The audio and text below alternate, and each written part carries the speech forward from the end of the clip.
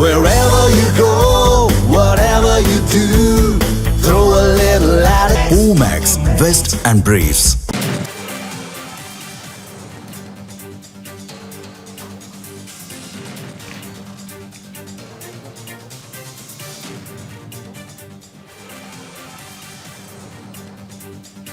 அண்மை செய்தி. மாமல்லபுரத்தில் போர்வெல் அமைக்கும் பணியின் போது மின்சாரம் தாக்கியதில் 4 பேர் உயிரிழந்திருக்கின்றார்கள். போர்வெல் பணியின் போது மின்சாரம் தாக்கி 4 பேர் பலியாகி இருக்கின்றார்கள். கிழக்கு கடற்கரை சாலையில் உள்ள தனியார் தங்கும் விடுதியில் போர்வெல் கிணறு தோண்டும் போது இந்த விபத்து என்பது நேரிட்டிருப்பதாக தகவல் வெளியாக இருக்கின்றது. போர்வெல் பணியின் போது மின்சாரம் தாக்கி 4 பேர் பலியாகி இருக்கின்றார்கள். கிழக்கு கடற்கரை சாலையில் இருக்கக்கூடிய தனியார் தங்கும் விடுதியில் போர்வெல் கிணறு அமைக்கும் பணியின் பொழுது இந்த விபத்து நேரிட்டிருக்கின்றது. கூடுதல் விவரங்களோடு இணைப்பில் இருக்கிறார் எமது செய்தியாளர் புவியரசன். புவியரசன், இந்த விபத்து என்பது எப்போது நேரிட்டது? பலியாகி இருப்பவர்களின் விவரங்கள் ஏதேனும் கிடைக்கப்பட்டிருக்கின்றதா? வேறு யாருக்கேனும் பாதிப்பு எதுவும் ஏற்பட்டிருக்கிறதா? என்ன விவரம்? பிரீதா, வணக்கம். செங்கல்பட்டு மாவட்டத்தில் போர்வெல் அமைக்கும் பணியின் போது அந்த பணியில் ஈடுபட்டு வந்த 4 பேர் சம்பவ இடத்திலே உயிரிழந்திருக்கின்றனர். இதற்கான காரணம் என்று பார்த்தோம்னா, மின்சாரம் தாக்கி அவர்கள் உயிரிழந்திருக்கின்றனர்.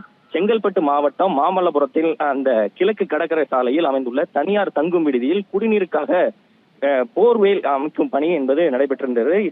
இந்த அமைக்கும் பணியின் போது எதிர்பாராத விதமாக போர்வேலின் கம்பி என்பது அருகே சென்ற அந்த 11 கிலோவாட் மின் கம்பியின் மீது உரசியதில் போர்வேல் அந்த அமைக்கும் பணியில் வேலை செய்து வந்த கல்பாக்கத்தை அடுத்த நெய்குப்பி கிராமத்தைச் சேர்ந்த பிரபு, மாமல்லபுரம் அடுத்த வசந்தபுரி பகுதியைச் சேர்ந்த பாலாஜி, அதே போன்ற பாட்ஷா, அதே போன்ற கடம்பாடி என்ற கிராமத்தைச் சேர்ந்த ராஜேந்திரன் ஆகிய 4 பேர் சம்பவ இடத்திலேயே மின்சாரம் தாக்கி உயிரிழந்திருக்கின்றனர்.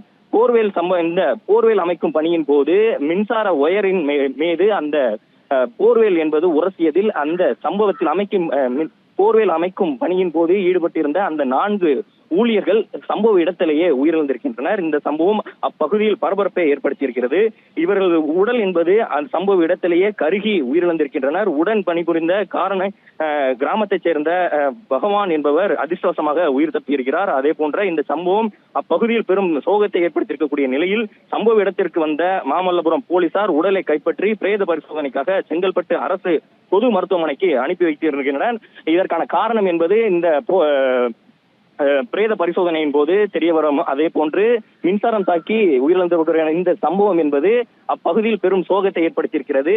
அதே போன்ற இந்த மின்சாரம் தாக்கிய 4 பேரும் சம்பவ இடத்திலேயே அவர்களது உடல் என்பது கருகி உயிரிழந்த சம்பவம் அப்பகுதியில் பெரும் சோகத்தை ஏற்படுத்தியிருக்கிறது. பிரீதா.